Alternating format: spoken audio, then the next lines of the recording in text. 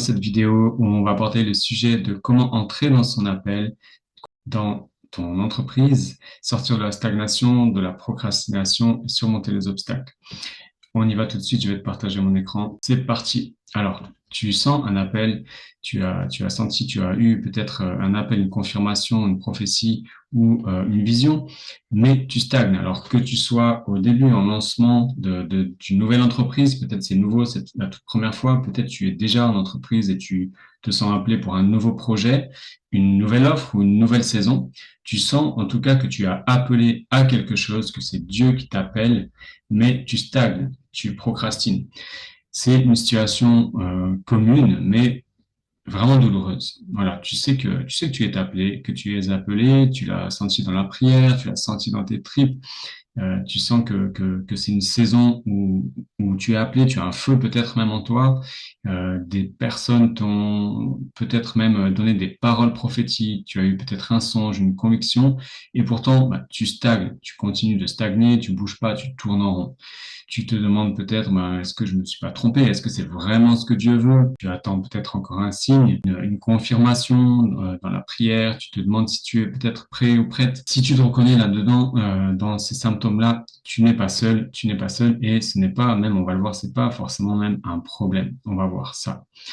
Tu n'es pas seul et c'est une expérience des symptômes vraiment répandus chez les entrepreneurs, qu'ils soient chrétiens ou pas, hein, et qui se sentent appelés, investis d'une mission à l'aube d'une nouvelle saison. Il est temps maintenant de briser cette stagnation, de sortir de cette stagnation, mais pas par la pression, pas en forçant, plutôt par la révélation. On va déjà d'abord voir pourquoi. Pourquoi tu stagnes, pourquoi on peut être amené à stagner.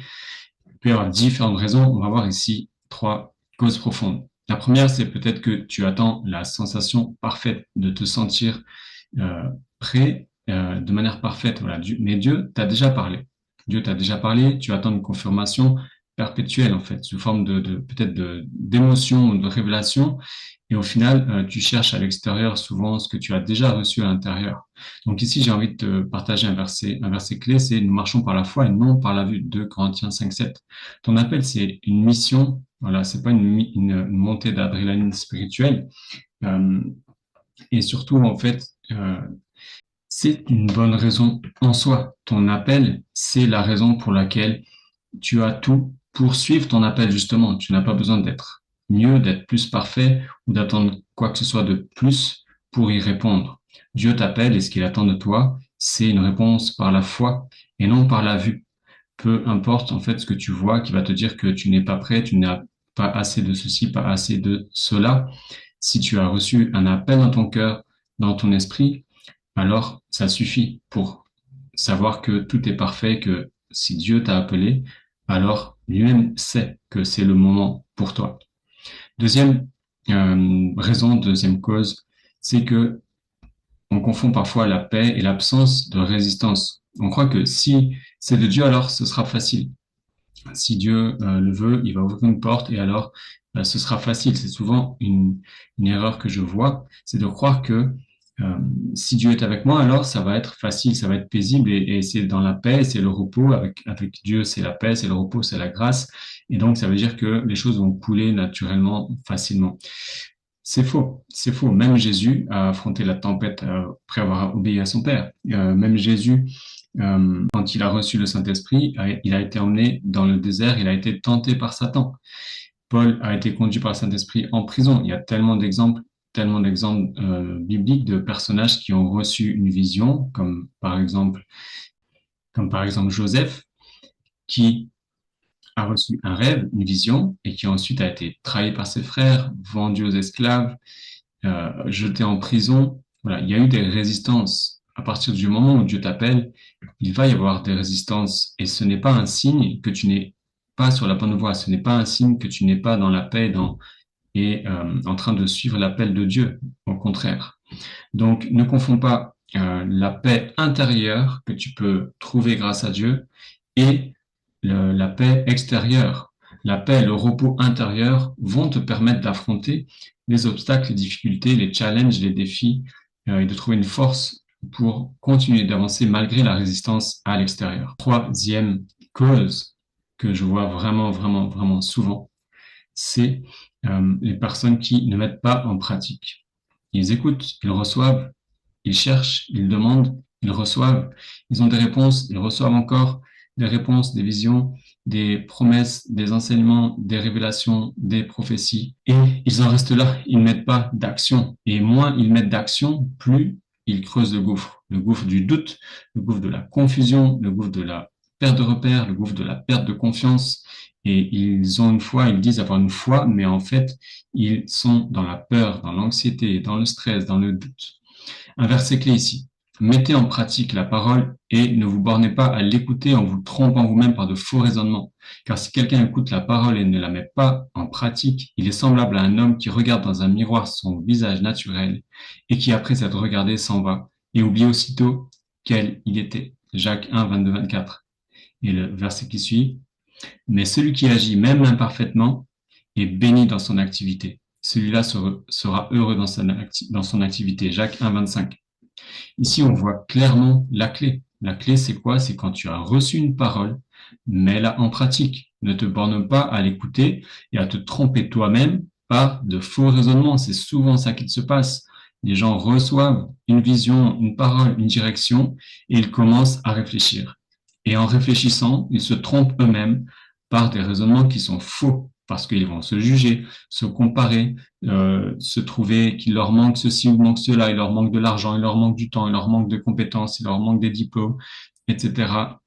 C'est pas le bon moment. Pourquoi eux? Pourquoi ceci? Pourquoi cela? Et ils se trompent eux-mêmes avec des faux raisonnements et ils sont comme cette personne qui se regarde dans le miroir et puis en s'en allant, ils oublient qu'ils étaient. En faisant ça, tes rêves, tes visions tombent dans l'oubli. Tu oublies qui tu es vraiment, c'est-à-dire quelqu'un qui a été appelé par Dieu, quelqu'un à qui Dieu a confié une vision, une révélation, une direction, un projet. Donc, si tu veux sortir de ce gouffre de la stagnation, de la procrastination, euh, de, de, de, de l'enfermement dans cette détresse, mets une action. Mets une action aussitôt. Mets en pratique ce que tu as reçu. Mets en pratique la parole que tu as reçue et tu seras béni et heureux dans ton activité. Et même ici, quand on s'est trompé, si on s'est trompé, imagine tu t'es trompé de voie sur l'autoroute. Tu es sur l'autoroute, tu as pris une mauvaise direction.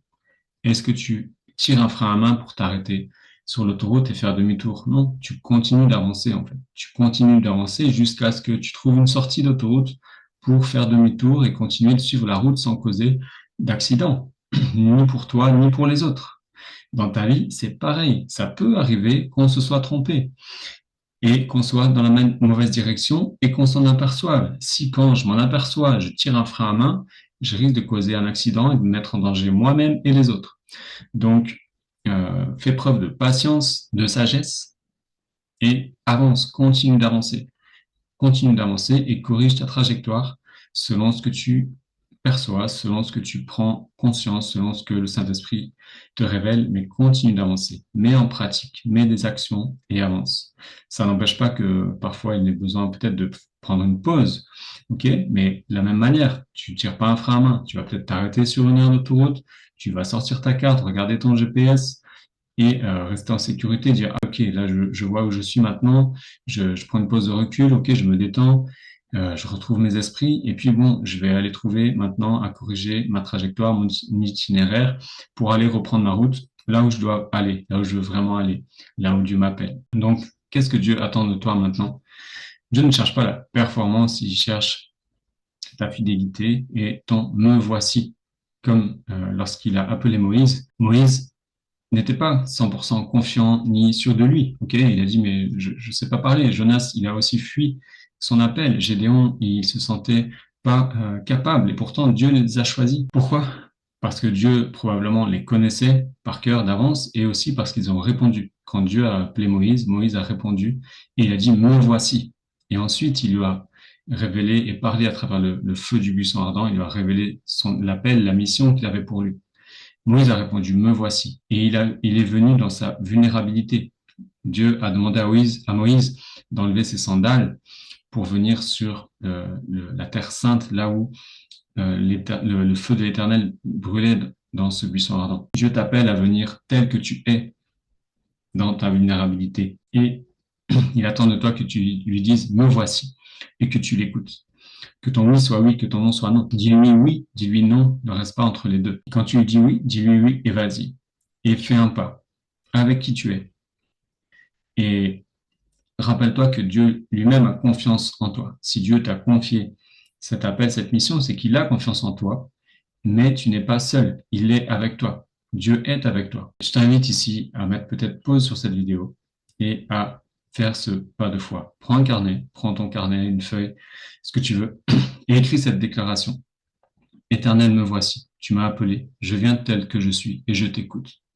Et prends un vrai moment pour écouter. Prends un vrai moment pour écouter Dieu et ce qu'il a pour toi. Et demande au Saint-Esprit, quel est le premier petit pas que tu veux que je fasse aujourd'hui? Écoute, prends un moment d'écoute vraiment et écris, écoute, vois ce qui te vient et vas-y et fais-le. Mets en œuvre tout de suite. Quand je dis tout de suite, c'est pas forcément tout de suite dans l'instant, c'est aujourd'hui, c'est cette semaine, mais mets une action, même tout de suite, tu peux planifier quelque chose que tu vas faire aujourd'hui ou cette semaine ou la semaine prochaine. Mais pose une action, fais un pas. Des idées simples, des idées de petits pas simples. Tu peux réorganiser ton espace de travail ou ton emploi du temps. Tu peux écrire un post. Tu peux faire un sondage pour mieux connaître ton audience. Tu peux faire une interview croisée avec d'autres experts. Tu peux rejoindre un réseau, un groupe où tes clients potentiels sont déjà présents. Tu peux proposer une conférence chez quelqu'un d'autre ou bien inviter un autre expert à venir dans ton réseau. Tu peux initier un groupe de rencontres, de réseautage, un groupe de travail. Tu peux tourner, poster une courte vidéo. Tu peux envoyer un message à une personne qui te suit, qui connaît ce que tu fais et lui dire que tu peux l'aider ou demander si elle a besoin d'aide ou si elle veut plus loin. Tu peux aller si elle veut aller plus loin, tu peux faire une proposition de ton offre à quelqu'un qui te connaît déjà. Il y a une multitude de petits pas qui sont accessibles déjà, que tu peux déjà faire en fait. Écoute surtout ce que Dieu a pour toi. Même si tu as un stade avancé, eh bien, peut-être que tu es pris dans toutes les montagnes de choses que tu fais déjà, tout ce que tu fais, ce que tu fais, et en fait, tu oublies la simplicité. La simplicité des actions qui ont des vrais résultats, c'est souvent les plus simples. Voilà, parfois, on se perd dans le comment compliqué et complexe. Avec Dieu, souvent, c'est simple. Et les actions qui ont de gros impacts, c'est souvent les plus simples parce que c'est celles-là qui nous mettent au défi intérieur, qui nous font le plus peur. Donc, vas-y, écoute ce que Dieu attend de toi de manière subtile, comme un murmure là, et trouve cette petite action qui va te faire vraiment avancer. Et rappelle-toi que Dieu est avec toi. Tu le fais avec Dieu, tu le fais pas sans lui. Il est avec toi. Fais un pas dans la foi, dans le repos intérieur. Pour conclure, l'appel n'attend pas ta perfection, il attend ton obéissance audacieuse. Quand je dis audacieuse, c'est vraiment pour dire que c'est en cherchant la joie, l'audace de croire que oui, c'est accessible, tu as droit à plus, tu ne mérites pas plus peut-être, dans le sens où tu n'as pas forcément besoin de faire des efforts et de souffrir. Non, Jésus a souffert pour toi à la croix, mais par contre, tu as droit à ses promesses. Alors tu peux juste y aller avec audace. Et j'aime beaucoup ce verset qui dit, celui qui vous appelle est fidèle et c'est lui qui le fera. La fidélité de Dieu est plus grande que la tienne. Appuie-toi sur sa fidélité, sur ses promesses à lui, sur son œuvre à lui, et avance avec cette conviction et cette force intérieure et ce repos.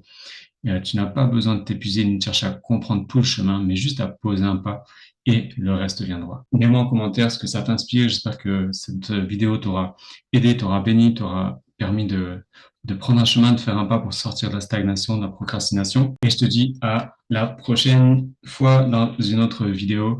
Check les commentaires, la description de la vidéo. Je vais mettre quelques petites ressources. Like, partage, abonne-toi. Et on se dit à bientôt. Tu es béni, que ta lumière luise. Ciao.